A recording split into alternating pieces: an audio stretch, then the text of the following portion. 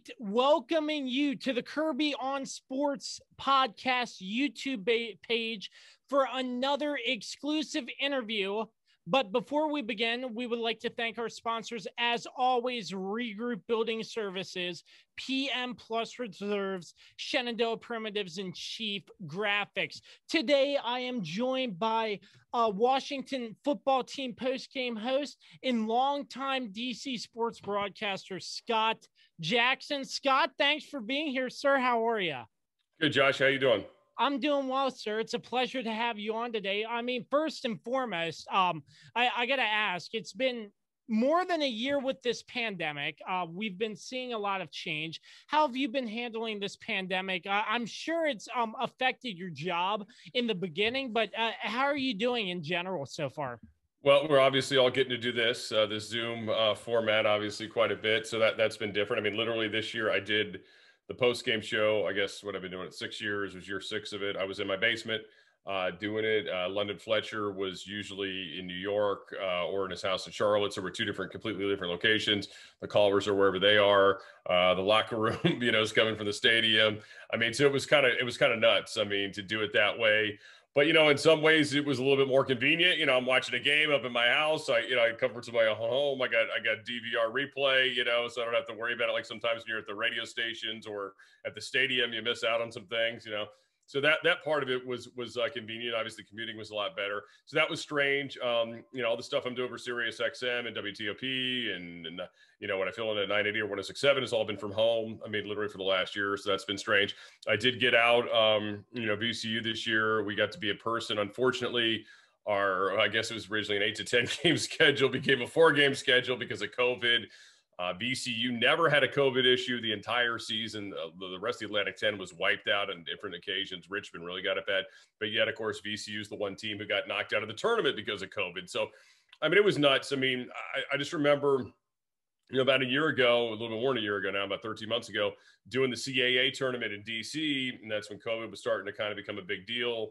Like it was coming around here. And literally like days after that tournament, we were told an official had tested positive from the tournament. I had done 2 games there. I'm like, I have to reach out to the PR guys, the CAA. And I'm like, hey, I'm not asking for the guy's name or anything, but was it one of the games I did? I need to kind of know this for all the people I've been working with. Cause at that time I had been at 2 different radio stations within that week. And, people were like, well, maybe you should stay home and all this kind of thing, because people just didn't really know.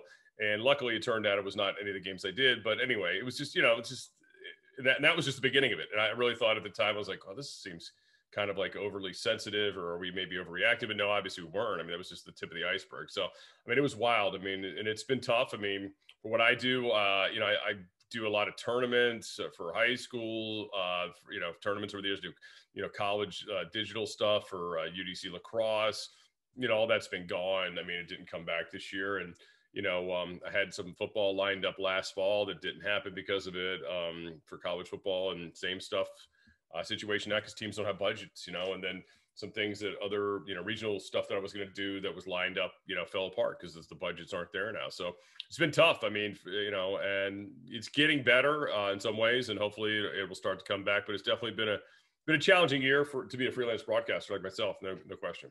Yeah, absolutely. So I sort of want to touch more on that with this pandemic, and most of the sports junkies on 1067, they're all recording remotely. I know some people have been going into the studio, but does this change the aspect of you have to go into a studio to do this sports show, or does this sort of provide a sense of like, oh, we can do this remotely and it maybe saves time, saves money in some way? Or do you think it goes back to we eventually will go back to normal and start having people in studio again? Well, look, there's some of these radio companies that have spent a lot of money on those studios, so they're going to want people in there. But look, one of the places I work at, Sirius XM, much of this stuff is done for people's homes. I mean, there's people all around the country. It feeds into DC or into New York.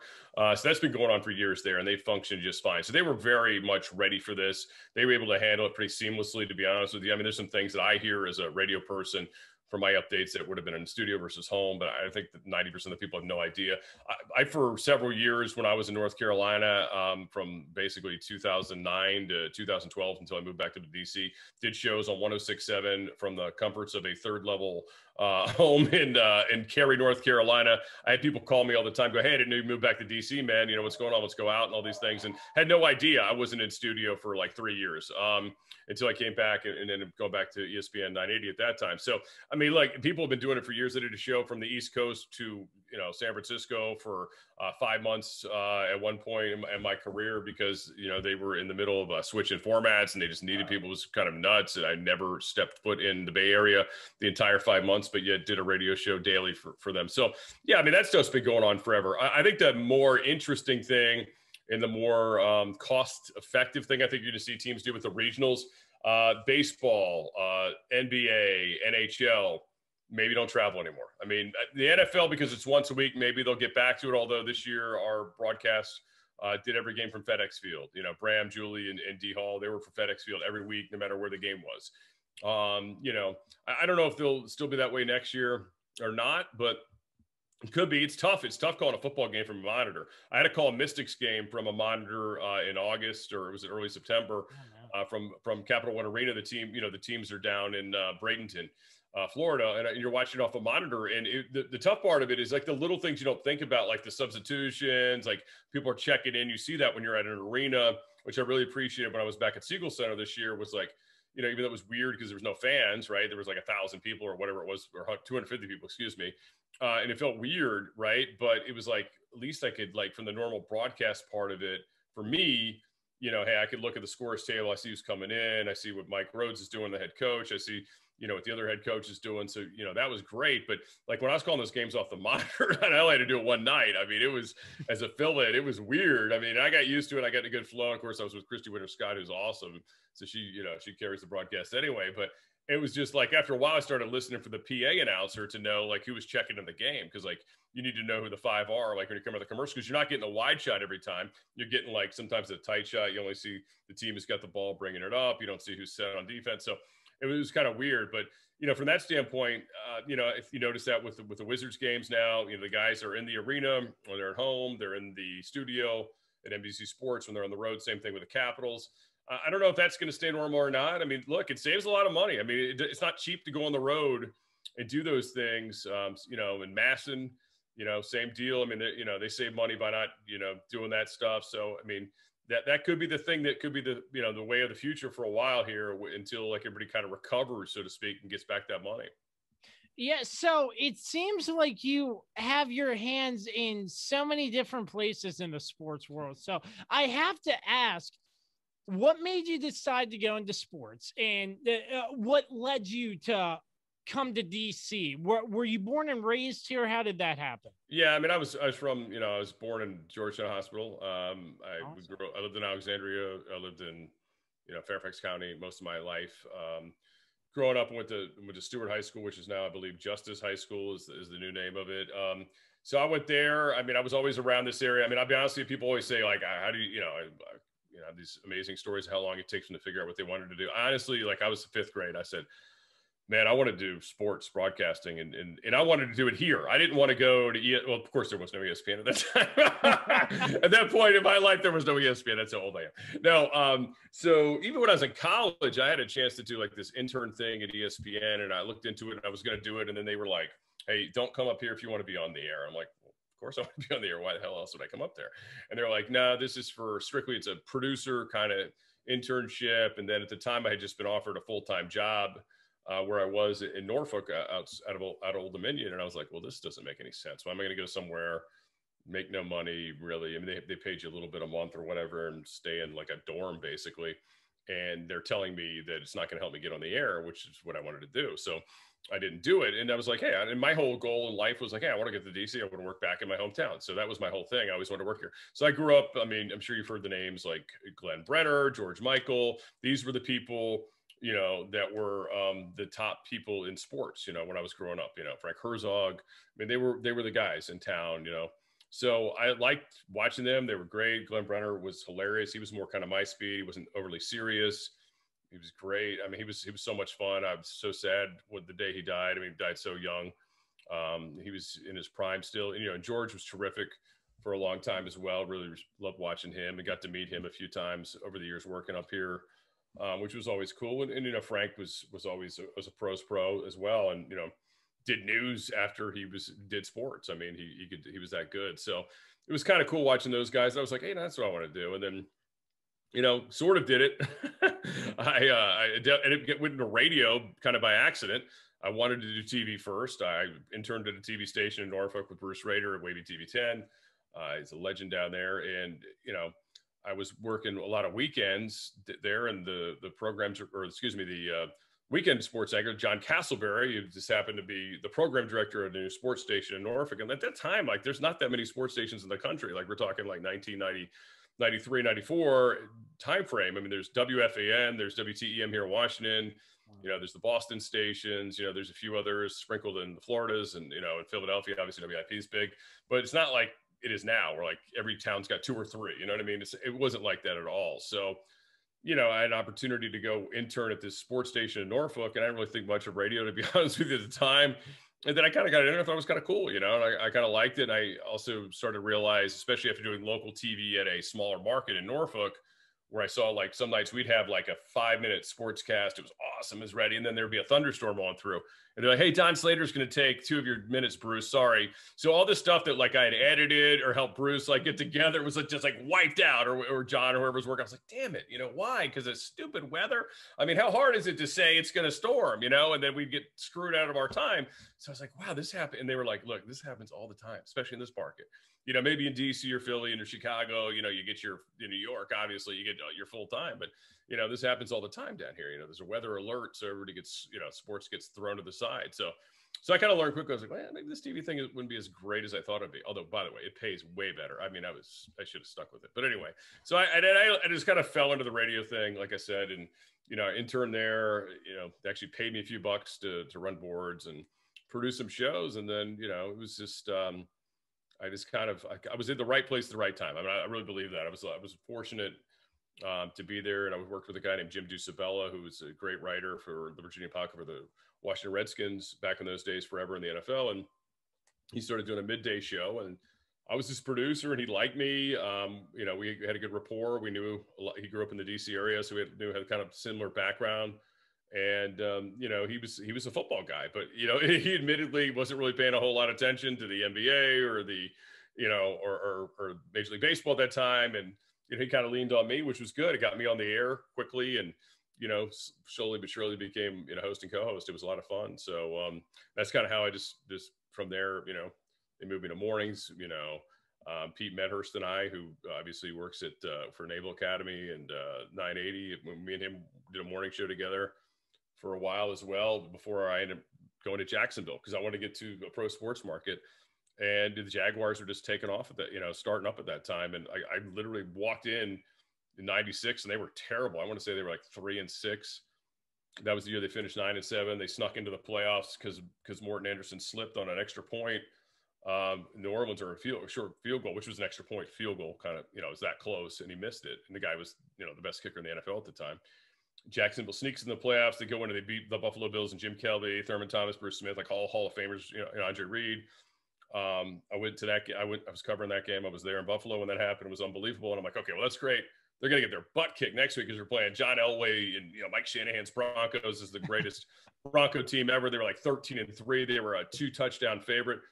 Jacksonville and Brunel, they go in there, they win that game. I'm like, I'm there at Mile High Stadium. I'm watching Barrelman like physically cry. Like, I mean, I'm sitting on the sidelines like, this is nuts, and I'm not even a Jags fan. I'm just covering it, but it was just like, it was wild. I mean, you were a part of something that was, was very special. It was very surprising. I was huge ups to the biggest upsets of NFL playoff history at the time. And then, next week they lost to Bill Parcells Patriots, who eventually, lost to Brett Favre and the Packers, which is really the Desmond Howard Super Bowl. But anyway, so, it was just kind of from there. And I stuck it out in Jacksonville till about spring of 2000. And the station I was at, I mean, it was just when I first really got the taste of the business side of the industry, where, oh my God, we've just been sold to this company that has no interest in doing sports.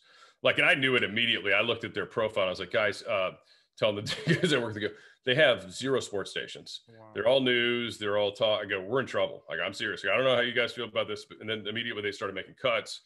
They didn't cut all of our jobs, but they started rearranging, shortening shows and moving people around, getting rid of the local stuff. And I was like, I'm not long for this place, because this isn't going to last much longer.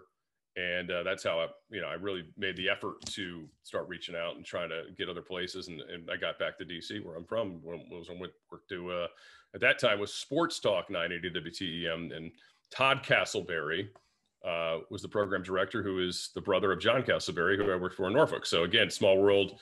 You start making the connections early in your career, and you get to know people. And like any other business, it's not what you know, it's who you know. You really have to have those connections and people that kind of like they're looking out for you. Know your work, and put yourself in front of them as much as possible. We're speaking with Scott Jackson. If you're just joining us here on the Kirby on Sports podcast YouTube page, he does the post-game show for the Washington football team. He's a longtime DC sportscaster as well. I mean, that's an amazing story, but I just want to go back to what you said about George Michael. He was one of the best. As a kid, I would watch him do his sports reports. And just as a side note, when you pair George Michael with the legendary Jim Vance, it was going to be a great news segment right there. Yeah, no question. I mean, George was, those two guys had great rapport. I mean, they knew how to, George Michaels, by the way, I said Michael, that's terrible. It's the singer from Wham. George Michaels, it was terrific at, the way the sports machine with, also just, he could weave himself into all the broadcast, right? Like, he was with everybody. It didn't matter who was on set with him, Doreen, Jim, whoever, but him and Jim had a real strong relationship. That's the way Brenner was with, with Gordon Peterson as well. I mean, the same deal, and used to mess with the weather guy, Gordon Barnes, all the time. I mean, it's great. I mean, that's like local news was a little bit different back then in those ways. Cause there's a lot of in and out now. I mean, people come and go, unfortunately. And in this market, DC now, like, man, a lot of the sports or a lot of the local stations don't do what they used to do in terms of, the amount of sports. I mean, some of them don't. I mean, we have 2 stations that don't do sports now, which is amazing. One of which is Channel 4, which is shocking. I mean, they have sports, but they don't have a sportscaster anymore. Channel 5 quit doing sports several years ago. That's crazy. I mean, it's just bizarre to me. It's not the same place I grew up in, so it just kind of blows me away. Yeah, I mean, it seems like in the DC market, correct me if I'm wrong here, but they have a lot of great talent that go up even higher, if you know what I mean. Well, I think a lot of people. Yeah, Sherry a lot Burris, NBC, CBS. I mean, making it all the way to March Madness coverage. Yeah, and then Diana Rossini, obviously, Lindsay Zarniak before her, Dan Helly. But yeah, I mean, it's become kind of, and it's a shame, and it's those good for those guys and gals for doing that, right?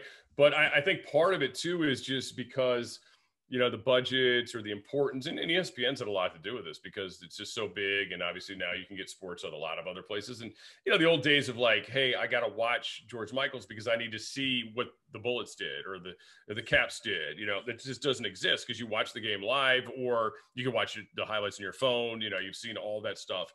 I mean, you really used to rely on that, for kind of like to find out what happened, for the results or to see the highlights, and that just doesn't happen anymore. There's things local stations probably could do a better job of doing, like features and with athletes. I think some of them. I think Channel 7's kicking ass with Scott. Scott Abraham's done an awesome job.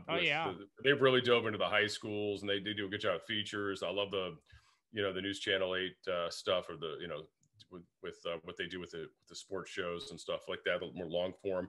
That's great. I mean, I think that's what you have to do, because now you're not going to be the place for highlights and scores anymore. I mean, it's over. I mean, people have that already, before they go to bed. They don't need you for that anymore. So you got to kind of reinvent. I think there's a place for it. I think it's important. And I just think it's just unfortunate. It's kind of been devalued. I don't need 3 weather people to tell me the same forecast at the same time. I mean, and I love like a lot of the weather people right now. I know some of them, but we just need one person. I don't need the super Doppler. I don't need all that. So I just really need the damn hour by hour. When's it going to rain? When's it going to be high? Do I need an umbrella or not? That's it. I don't need 5 minutes. It's absurd. The amount, and this is not just DC. This is everywhere. The is incredible. And again, they have the Weather Channel for that. I've got an app on my phone that tells me all that stuff. I don't need all that, right? I just want it really quickly. Let's go, let's move on to the next thing. But hey, what do I know? Man. What the hell do I know, man?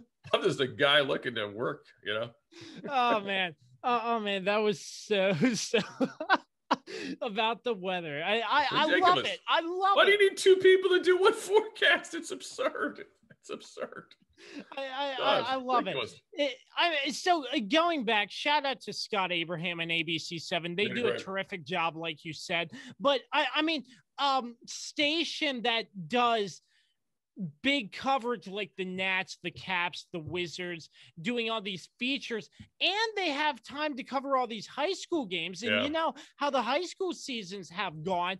Like each and every county had their own protocols. I know in where I'm from, my county only had a 4-game regular season, no playoffs because they were competing as a club team. But I mean, for them to focus on the big DC sports, then take the time to focus on the high schools, I think that's really huge for a station as big as ABC7.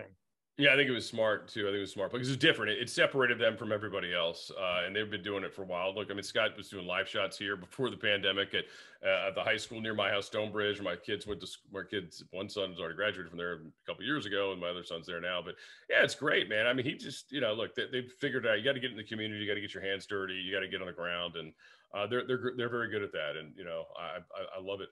And one of the worst things, to be honest with you, the thing I've missed the most out of the pandemic, doing monumental sports basketball games the last few years for like the WCAC, done tournaments like up in Cumberland, Maryland, this Bob Kirk tournament where all these teams like La Lumiere, Wasatch, all these schools from around the country come from that are like these top or high school teams that have major college talent that goes there and guys that eventually end up in the NBA. But I've missed that, man. It was that stuff is so much fun to get ready for those games and see those kids, and not being able to do, just those, it's been tough. I mean, that was the thing, like in terms of the selfish stuff you miss from from your job, from work through COVID, that's missing the high school season of those broadcasts is fun because it's a lot of talent around here, man. It's people, I don't realize how lucky we are.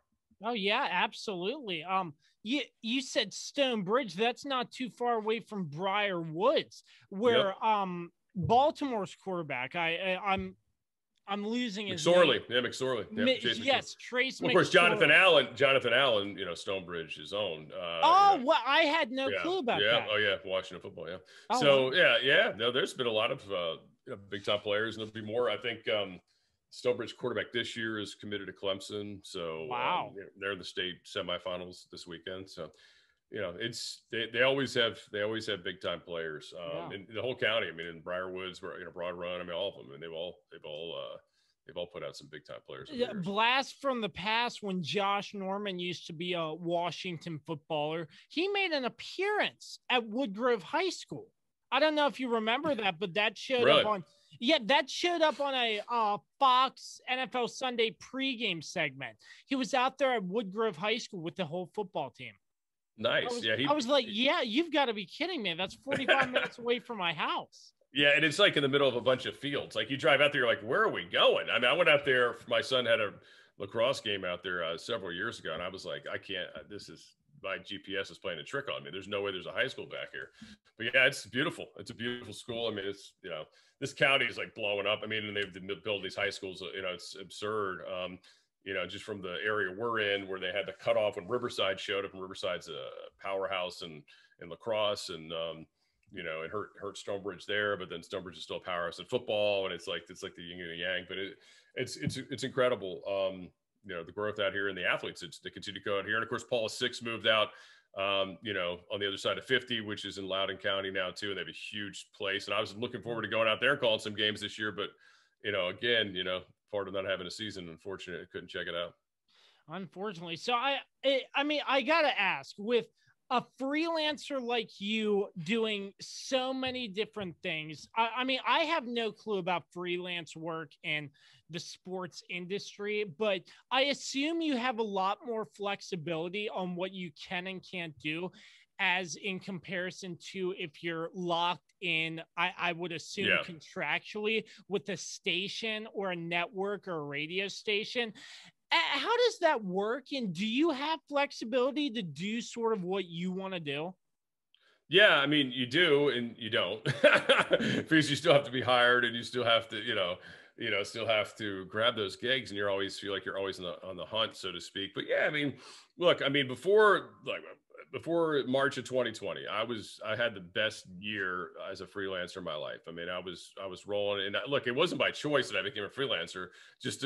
For those that don't know, I mean, I guess it was 2017 of August, when the Team 980 was sold to Urban One. I mean, they cut half our staff. I mean, so me and Chris Cooley, Doc Walker, Kevin Sheen at the time, although he ended up going back, and some others, we were out of jobs. So, it wasn't by choice, but, at the time I kind of saw it coming, like with everything, the way it was going, I figured it was going to happen, but it still sucked. And, you're just kind of like, all right, now what, crap, what do we do now? And you gotta figure it out on the fly. And at that time I said to myself, what have you not done? You've been doing this 20 plus years, you've been talk shows, a consistent job, for, I guess at that point, really 18 of the last 20 years, right? I had like 2 years where I was doing freelance, 2.5, I guess, between 2009-ish and to 2012, when I came back to this area when I was in Carolina. I was like, I really miss play-by-play. Like, I did it early in my career quite a bit, and then it just, just the opportunities weren't there. Like you said, you're locked into hey, I got to do a daily talk show. I got to do this for the radio station on the weekend. I got to be at this thing or that thing. I just don't have time to pursue it, and there's other people that are doing it full time. So I was like, hey, I'm going to try to do play-by-play. Well, at first it kind of went out with like a lead balloon. People were like, yeah, whatever. So what? Nike, Scott, too bad. There's a lot of people that want to do this. What have you been doing? You've been talking on the radio, big deal.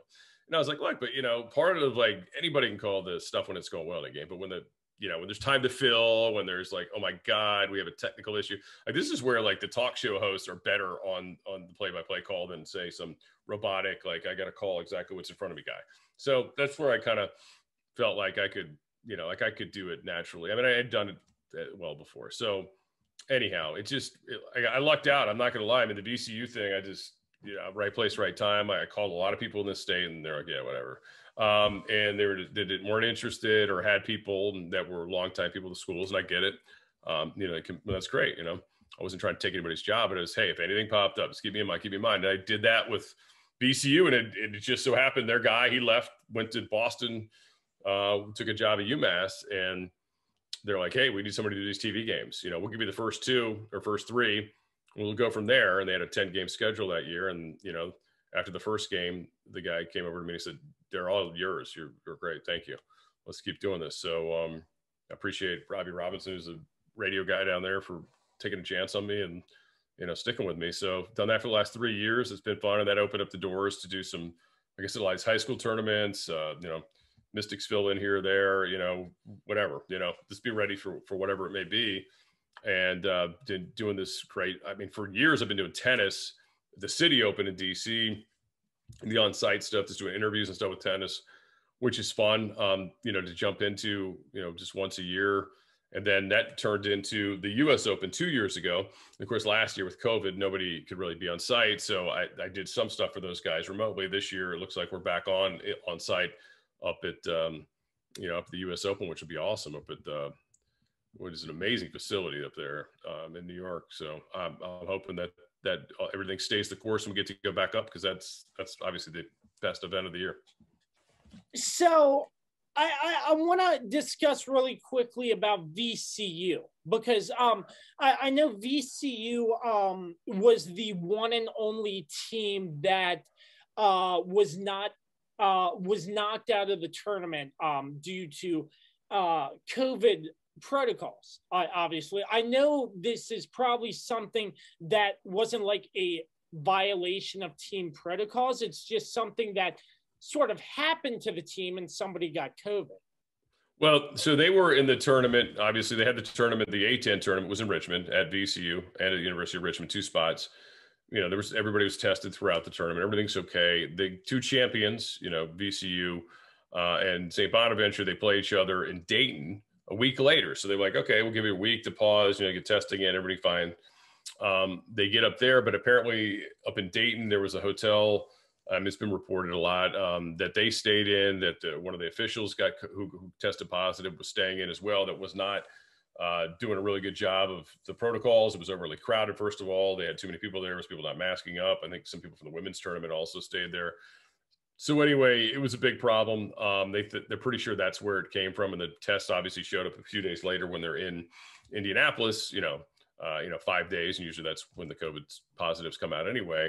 And I guess it came out throughout the week, like, Wednesday, Thursday, Friday, and just kept getting worse as the time went on. And they had to obviously decide to cancel, which was a shame because all year, again, they had done a great job.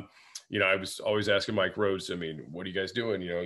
Richmond's going down, say UMass is going down, say Bonaventure, all these schools are going down. What are you guys doing? And he's like, look, I like our protocols, but I also know we're being lucky. It's lucky. A lot of this is luck, right? I think our kids are doing the right things. I think our staff's doing the right things, but some of this just comes down to luck. And, unfortunately they had the worst luck at the most important time of the season. Man, yeah. I mean, it was sad to see because I don't remember the VCU coach's name off the top Mike of my Rhodes. head. Yep. Yeah, Mike Rhodes. So yep. I listened to his press conference and just the pain, the disappointment, yep. the frustration after everything VCU's been through to make it to the tournament and not get to play. Yep. I mean, I know it's all over, Scott, but do you agree with that rule? The higher seed just advances? Do you think, yeah. Or do you think they should have done it a different way? I don't know what you could have done. It's a problem, right? Like unless you let them play without the kids that were positive. I guess they had enough to play. I guess that was their feeling. Like they could have played with 5 guys. They would have done it with 5 or 6 guys, right? That's how they were thinking. That was their mentality. I just think the worst part of it is I actually think there was a team that could have won a couple games. I think they definitely could have won there. I think they could beat Oregon. They could have done some damage. It's a shame they didn't get to.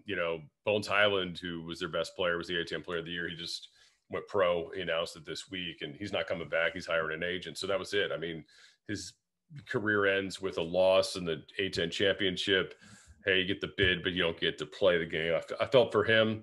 I'd have liked to see him on that stage. I think people would have loved him. He's got a great personality. He's a hell of a ball player. He's a silly, he's got Steph Curry kind of no conscience range. You know what I mean? He's kind of like that kind of shooter. But it stinks for those guys. That didn't have a Corey Douglas, who was a senior, who'd been with Mike Rhodes back when he was at Rice, had been there forever with him. For him not to get a last game, it sucks. Because, VCU literally last year was on the court at the A10 tournament warming up when that senior class was told there's going to be no game. The games are over. That was when they were canceling the tournament games before they started, or at halftime they were pulling the plug like the Big East did and some of the other crazy things. So It was just, it's been a weird 2 years for them, and they've had good team. This team was really good. This team was picked, I think, 7th in the league. They ended up being one of the top teams all year and losing the championship game. Now, last year's team was disappointing because they were picked to win the conference and they were not good. They were a disappointment, but they were still talented. I think they could have, had they, got their act together, been a dangerous team, but we'll never know. Former VCU head coach Shaka Smart, who was the head coach at Texas at the time, where Abilene Christian upset them. I know you probably are familiar with Shaka Smart. How'd you feel about that game? That's what the tournament's all about. Like the Texas Abilenes of the world, or Abilene Christians of the world, beating knocking off at Texas or teams like that. And I always wondered. I always thought it was a weird fit for Shaka to be in Texas. There's a lot of money. I don't blame him for taking it and going there. I think he's going to the right place now, though. I think the Marquette job will suit him much better, and it'd be a better fit for him. And he's a good coach. Boy, look at those coaches from VCU. They've gone around, obviously.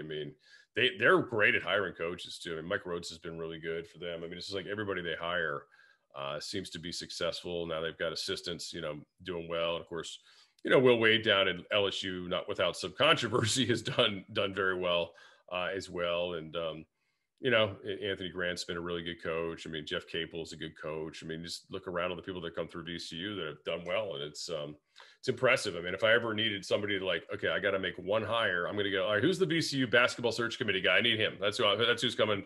That's who's coming to make the hire for me, because they get it right every time they hire a coach. They nail it. So, I mean, my brother, he went to VCU, so I've been sort of a fan of VCU for a while now. And one of my memories of VCU was Shaka Smart, first off, taking the team to the Final Four. Yeah, absolutely. Yeah. One of the biggest. And one of my favorite players that I was really surprised about, AlieCox, who transitioned into the NFL.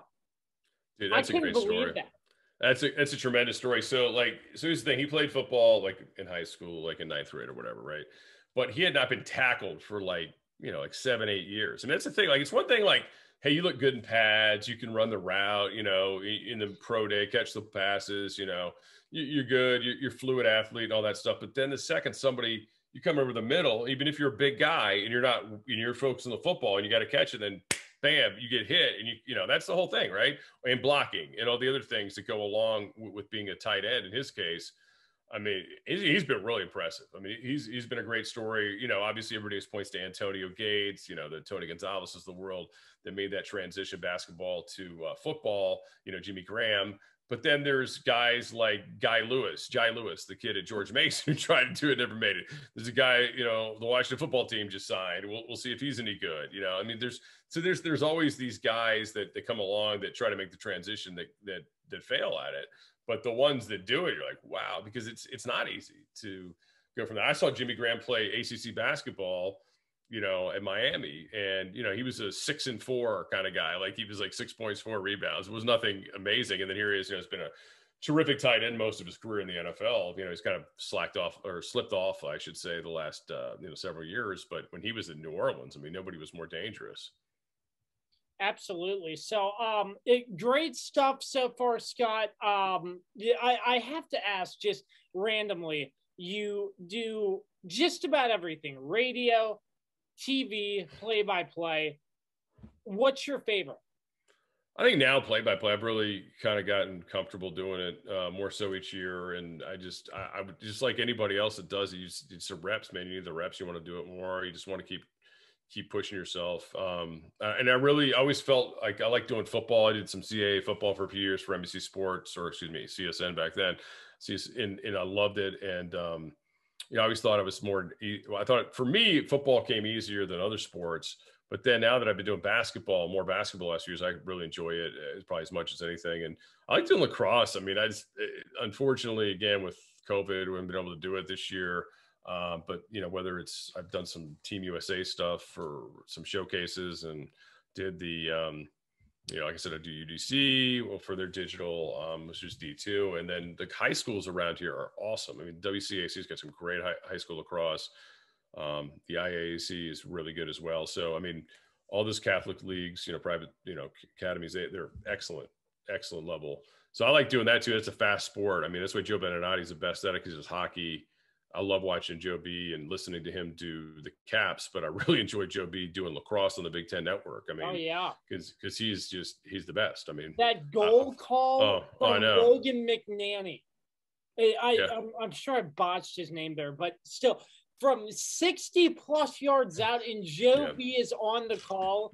Joe B is so good. So yeah, Joe B. I mean, I don't want to get into the politics of the broadcast world, but I'll just say, I mean, Joe B should be doing like NBC national games. I mean, the fact that he isn't, that's just, one of those, like, to each his own, I guess we just leave it at that. It's like, I mean, Joe B's better than the guys they have. I mean, it's bottom line. I mean, he's better than the guys that they're using, and it's kind of frustrating. But anyway, I mean, it's cool when you're watching a Caps game and then you randomly turn on a Maryland lacrosse game and you're hearing the same voice, and it's like he's doing it just as well. And remember that college football game where it was like that Fumblerooski lateral that got called back? He was on the call for that too. So I mean, he can do everything, a little bit of everything, and he calls it good in any sport you put him in.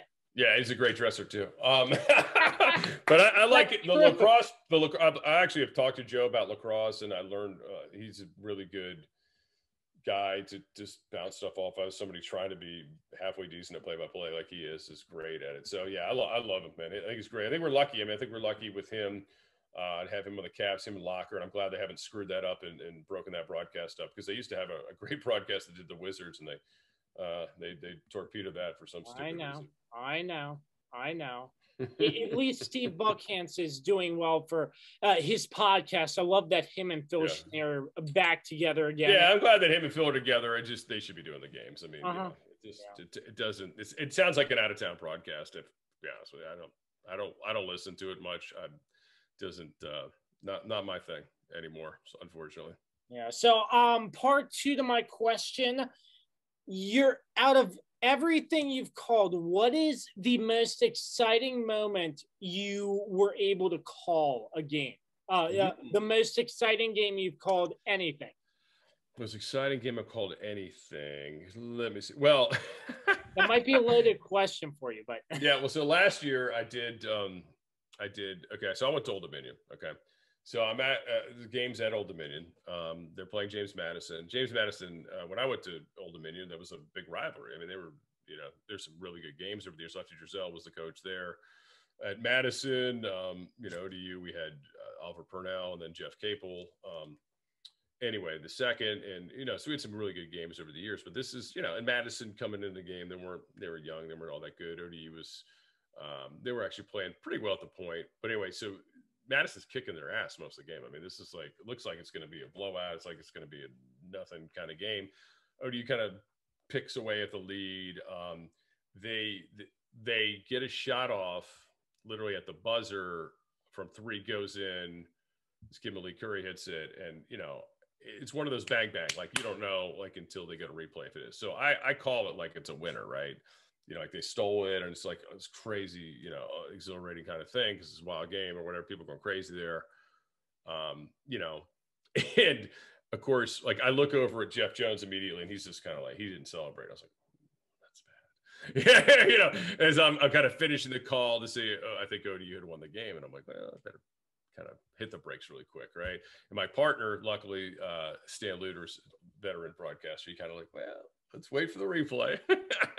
Sure enough, replay, ball is still like right here as buzzer goes, and Curry's a lefty. That's what I'm doing, a lefty, so it didn't count. But I mean, the call is awesome, and I'm like debating with my play-by-play friends. I'm like, I should just put it on the reel anyway, right? Because I mean, who's gonna know? Like, who's gonna remember ODU, Madison, you know, 2019? Nobody's gonna remember that except for the two people that went to the school. So I mean, I might as well put it on the play-by-play reel. Nobody's gonna know any better. I mean, you know what I'm saying? It's a great call, but unfortunately, it wasn't a game winner. It was an almost game winner. So anyway, that was like in terms of like last second, like drama stuff. I don't know, VCU had a nail biter against a team that you wouldn't think they'd had a nail biter at the time last year. But of course, as we know now, North Texas is pretty good because they won a tournament game this year.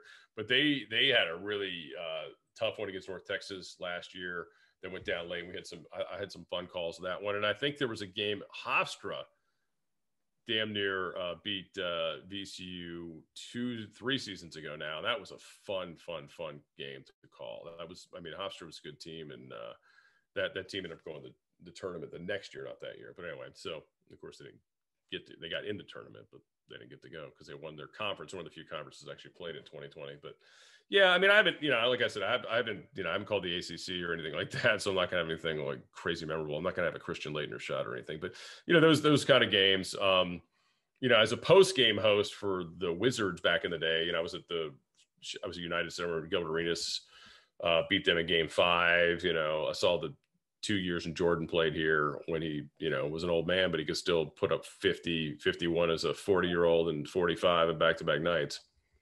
So that was fun. But yeah, I mean, I would say those, you know, some of the college, you know, a couple college games were good. The football games, unfortunately, were kind of lopsided. No, absolutely. So I've never asked a play-by-play guy like this before, but I'm going to ask you, if a game comes down to a nail biter or a buzzer beater or something, right, how excited do you get? I get very excited. I mean, I'm still like I still feel kind of green in the industry in a sense. I do get emotional. I mean, I kind of sometimes, when I'm doing the VCU games, I'm like, dude, it's the first half and abase yourself, But I mean, you see something awesome, you get excited, right? I mean, people killed Gus Johnson for this for years, but and I was probably Gus is the best, right? I was probably one of those people too. Go, come on, Gus, it's only the first quarter, calm down. But you know what? When you're there and you're feeling it and it's exciting, people should feel that. You shouldn't just be like, yeah, he's got it. Hey, you don't have to be so cool for it. I mean, people that watch sports like it and they're having fun, and it's fun. I mean, and the live part of it's great because you don't know what's going to happen. It's not planned. It's not, I don't write stuff out. I'm not like writing endings to like the game. You know what I'm saying? I'm not like doing some prepared Jim Nantz call or something, at the end saying, the jacket fish for Georgia Tech or something. It's just, whatever. I mean, whatever comes to mind is what you say. And you hope it doesn't sound stupid when you listen to it later. But, you have to be spontaneous and you got to enjoy it. If you're not excited, why the hell would anybody at home be excited about it? So that's the way I kind of feel. But yeah, I mean, you definitely have to pay. I mean, I'm not, 2-0, you shouldn't get insane in college basketball, but hey, if it's a good shot, I mean, let people know it was a hell of a shot. Yeah. So the funny story, I mean, I was coming home from a job in Loudoun County and I turn on 106.7. I'm like, wait, where the heck is Grand Danny? And then I'm hearing the Georgetown Hoyas game, and this is recently, like in the not the NCAA tournament, but their conference tournament. Yeah. And I mean, it's coming down to the wire, and Georgetown ends up winning. And I hear this guy keep saying, Hoyas win, Hoyas win, Hoyas win. And I'm like, wait, how many times is he going to say Hoyas? Oh, he's going to say 25 times. Oh, yeah. I'm like, this is the best call I've ever heard. Rich Vodkin is great. He's been doing Georgetown forever, and he loves Georgetown. He lives, breathes, in he's all about Georgetown, and he's hilarious. I mean, and he gets into it, and he gives you his Hoyas win. I love it. I mean, Rich is great. I mean, Rich has been doing it for a long time. And again, I said we're lucky with Joe B in town, like I said before, but you got a guy like Rich, who's been doing Georgetown forever, and obviously Johnny Holliday's been in Maryland so long and has been so good. We're fortunate. We got a lot of good broadcasters right here. Absolutely. I mean, the amount of broadcasters in DC that are iconic, that go down in history books, are incredible. Bob Carpenter would See You Later. Yeah, Bob's really good. I mean, that team, Bob and FP, like you said, Joby and Locker, they're good. It's just great to see the amount of iconic sports people in this industry in an area like this. No doubt. I mean, it should be. I mean, it's a big market. I mean, we should have more of it. And, it's like I said, it's weird. It's weird times. Everybody's on a budget. Everybody's trying to do things on the cheap. And, unfortunately, I don't think it's going to go the other way anytime soon because of what we've been through. But, look, we still have a lot of good people around here, and hopefully the teams will give us something to get excited about too. So let's dive into the Washington football team before we wrap things up. First and foremost, Alex Smith recently announced retirement. You've been covering this team on the postgame show for a couple of seasons now, like you have mentioned earlier. So first and foremost, I ask everybody this. Your thoughts on Alex Smith's incredible journey back into the National Football League? Never thought it would happen. I saw him last, was it 2 pre-seasons ago when he started showing up to Richmond with that affixator or whatever the hell they called it on his leg, using the crutches. It was the most uncomfortable thing I ever watched somebody walk around with that thing on. He was out there. He was in the middle. He was more attentive to Dwayne Haskins. He gave Dwayne Haskins probably better pointers than the guys who were supposed to be coaching him at that time. And I say this because Dwayne told the story about Alex Smith telling him to slow his back pedal up. And I was like, well, we got all these coaches that were former quarterbacks, and Alex Smith was the only one to pick that up. But anyway, so yeah, I just thought there's no way this guy's ever going to play again. I mean, I saw the special and all the other stuff. When he went on the field against the Rams this year, I was not comfortable with it. I said, I think on the postgame, I hope he never plays again. I don't want to see it. It was not good. He couldn't protect himself. It didn't look like to me. But then, lo and behold, he played more. he slowly got better, but then he got worse, and then you saw it in the 49ers game once that other injury popped up. And, I know they say, hey, it's not directly related to the surgery, but come on. I mean, the trauma that leg's been through, it had to have something, you know what I mean? There's some correlation. I'm not, I wasn't premeditated to you, but I watched Doogie Howser, so I understood what was going on there in Grey's Anatomy. But anyway, so I just, it didn't feel good. The Philadelphia game was ugly too as it went on. He got, he wasn't able to protect himself. It's unfortunate that he didn't get to finish the season, but at the same time, I think, to be honest with you, I think seeing Taylor Heineke for 5 quarters woke a lot of people up to like, wow, that's what the offense could look like, right? Like here's some journeyman quarterback to this point who's fearless and who can move and save himself, and I think maybe it was lightning to Alex too. Who knows? I don't know. I guess he said he figured it out when he was up on a ski slope or snowboarding that he decided that was it for him. But I don't know how, even when things were going well, I always was a little uneasy, to be honest with you. And look, he's a hell of a leader. He's a good guy. Everybody talks about how much of a leader he is and how much they respect him wherever he's been. I don't think there's anything fake about that. I think that's the legit and good for him. He's had a hell of a career. He's got nothing to be ashamed of. I mean, they'll make a movie out of it, and they should, because it's amazing. Absolutely amazing. Yeah, I mean, absolutely 100%. I mean, it was just great seeing how that season sort of progressed. I mean, because from everything, from the front office issues, all the drama, and then, I mean, you have Haskins ended up getting released and whatnot. Yeah. So, I mean, it's been a great story. So can you, in your thoughts, your mind, can you sort of how did you make of this whole regular season? Well, it was like, look, everything else, it was weird, right? It was, it's like it's COVID season. You got all this stuff going on. Haskins starts. They kind of gave it to him and gave him some leeway to either, sink or swim. He didn't, he sunk. And they moved on. I think for a time, people weren't really sure what Ron Rivera was doing, right? They're like, what's this guy? Was he crazy? Was he going to do this? And, I think you saw right away with Kyle Allen, they could do some things they weren't doing with Dwayne. Then Kyle, of course, got hurt. And then Alex came in there and, but I think throughout the whole thing, the team never pulled away. Like they were always like, hey, Ron Rivera knows what he's doing. We respect Coach Rivera, respect him. He was going through a hell of a lot off the field, the cancer treatments and what he was doing. And I think the players saw that. And I mean, it was nice to see, because so many times, unfortunately, in the past around here, when things start going bad, there's a lot of finger pointing. There's a lot of not distrust, you know what I mean? Whether it's between players, coaches, front office, what have you. But I think this was a rock solid group in that regard. I mean, 7-9 in winter division, was kind of weird, but it's the kind of season it was. They won the games they needed to at the end of the year. And, they gave, in a lot of ways, they gave the Buccaneers the best game they had in the entire postseason, Tom Brady. So I'm excited for next year. I mean, I think Fitzpatrick's definitely an upgrade at quarterback. I think they've done some things with, bringing in Curtis Samuels was a good pickup. I think that was smart. And, I think, Jackson in the secondary is going to be good for them with losing Darby. So I'm very curious to see how this plays out and what they end up doing in the draft. But I like it. I think, it was a good start for Ron Rivera. I think that was a good foundational kind of thing. It appears, he has control of the organization. I mean, he's kind of the buck stops with Ron. And I think that's a good thing. He's got some people in the front office now he trusts. Washington football team in the draft, do they go for a quarterback or do they go for somebody else? At 19, I think it's going to be hard to go for a quarterback unless somebody just falls tumbling down, right? Like an Aaron Rodgers kind of year where whether it be Lance or Fields or who, falls down there. I don't think so. I think linebacker is probably more likely, more needed, quite frankly. I think they need a linebacker. I mean, they need two starter linebackers, right? Or, I mean, you can start the season with Bostic and Holcomb and, but you're going to have to get, another guy on the outside because you lost Kevin Pierre-Louis. You lost him.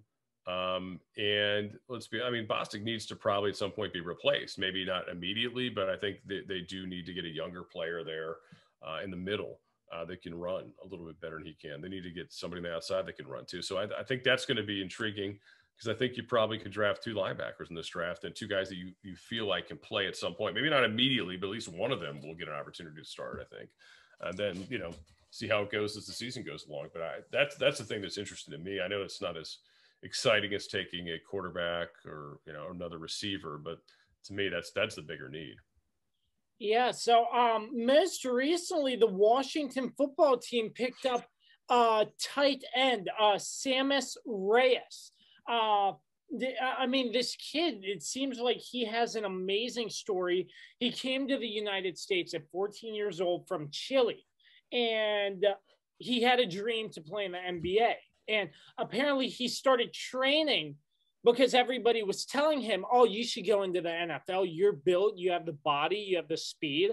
And he's been training for a year, and the Washington football team signs him. He's a local guy from Chile. Him and his whole family, his girlfriend's family, is in DC as well. So, I mean, I don't want to say what it, does this mean any sort of competition against Logan Thomas? I'm not really sure what this signing is for. Yeah. I mean, look, they need another tight end. I mean, you need multiple tight ends. I mean, Sprinkle's gone.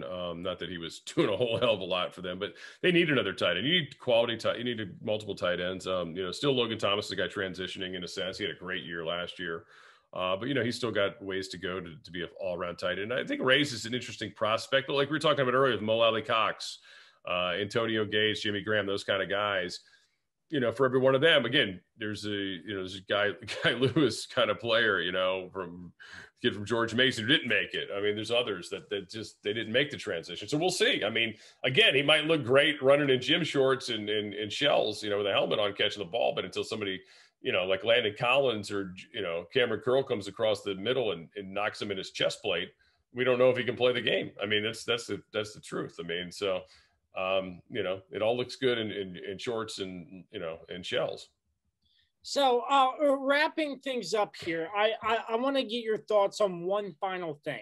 The Washington football team's Week 17 game against the Philadelphia Eagles, because that was one of the strangest games I have ever seen to win a division ever. Yeah, it was weird. I mean, and ultimately, I don't know, did it cost Doug Peterson his job? I'm not sure what it did, but yeah, I mean, it was, you know, look, Jalen Hurts was not very good after those first 2 series, you know, after those, you know, it wasn't like he came out in the second half was on fire when he got pulled. But I still think, yeah, would he have given them a better chance to win than Nate Sudfeld? Yeah, of course I do. You know, so that part of it was a little odd for sure. You know, look, it wasn't pretty, but you know, to hear all this stuff about how the Eagles somehow were obligated to, I don't know, play the lineup the Giants needed them to play was kind of stupid to me. I mean, this is, you know, and by the way, the NFL going to an extra game, you don't think more of this can't happen next year in the later weeks of the season? I mean, you might, you know, we got rid of preseason, we're shortening preseason, right? You might just get it at the end of the year. I mean, if you're a team that's out of it, why would you put certain players at risk, you know, for a meaningless game? You know what I mean? If you're a team that's completely out of it, what's the point of it? I mean, you got to look at it that way too.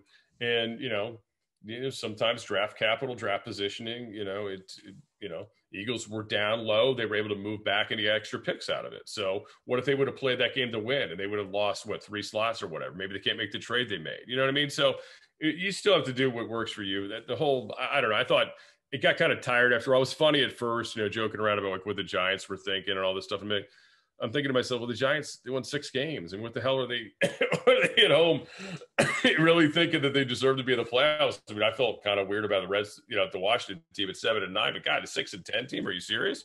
They were upset about the way the playoff. I mean, come on. I mean, what a joke that was. I mean, so and like sitting there going, well, you got to help us, you know, keep Jalen Hurts in. I mean, we're, you know, like, come on, whatever. I mean, you guys should have won a few more games. You know, I'm sure it's frustrating them because they actually swept Washington, but, you know, should have done better in his other games.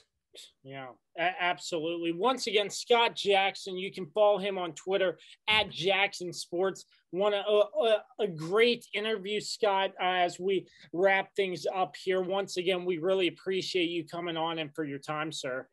All right. Thank you, Josh. I appreciate it. It was a lot of fun. Yes, sir. As always, you can find us on all social media platforms. Thanks to our sponsors once again: Regroup Building Services, PM Plus Reserves, Shenandoah Primitives, and Chief Graphics. Until the next time, folks, always remember to create greatness, and we will catch you next time. Peace out.